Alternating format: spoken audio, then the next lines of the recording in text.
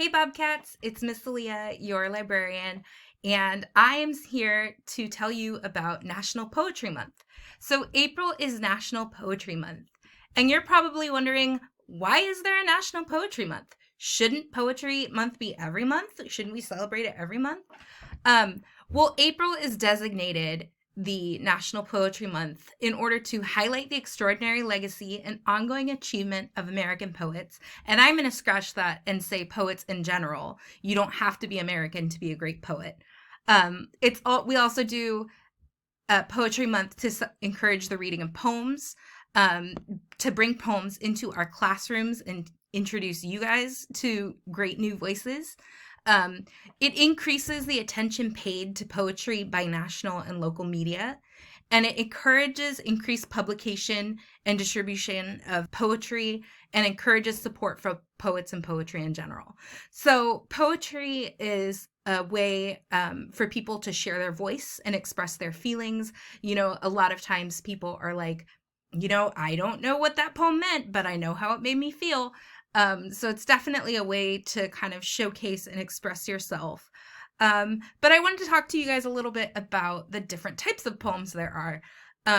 You guys know limericks, which are the poems that rhyme. Rap could be considered poetry. We all saw Amanda Gorman present her poem at the inauguration and she blew us away.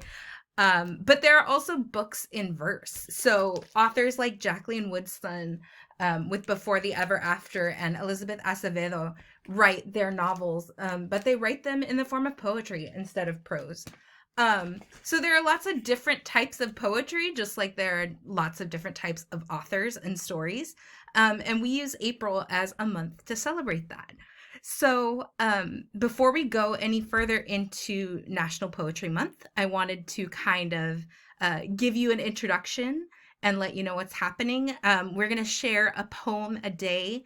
You guys will also get the chance to share poems that you love by using a Flipgrid or sending us a URL of a poem you've written or creating some art to go with a poem that you enjoy. We want to hear your voices and we want to hear the poems that you are interested in. But before we go on any further, I wanted to kind of talk a little bit about my background with poetry. I'm going to be completely honest. I don't always understand it. And I think that's fair. I think it's just like art. Different things hit different people. And poetry is definitely like that. And I was telling the AnyBook Book Club the other day that when I was in middle school, we still had to memorize poetry and recite it to classes. So I remember in 6th grade, we had to memorize the poem Two Roads by Robert Frost and present it to everybody in the class. And it was really nerve-wracking. You guys are super lucky you don't have to do that now. I think a lot of times we think of poetry as being something really serious. And because there's a lot of seriousness going on in our lives and in our world right now, I wanted to kind of share a poem that I've known for a long time that's more on the funny side because poems can also be funny. So the poem I'm going to share with you is called Homework, Oh Homework by Jack Perletsky. And I think it's fitting because this entire school year, because of COVID, has basically been homework. So this poem, again, is called Homework, Oh Homework by Jack Perletsky, and I hope you enjoy it. Homework, oh homework, I hate you, you stink. I wish I could wash you away in the sink. If only a bomb would explode you to bits. Homework, oh homework, you're giving me fits. I'd rather take baths with a man-eating shark or wrestle a lion alone in the dark. Eat spinach and liver, pet 10 porcupines, then tackle the homework my teacher assigns. Homework, oh homework, you're last on my list.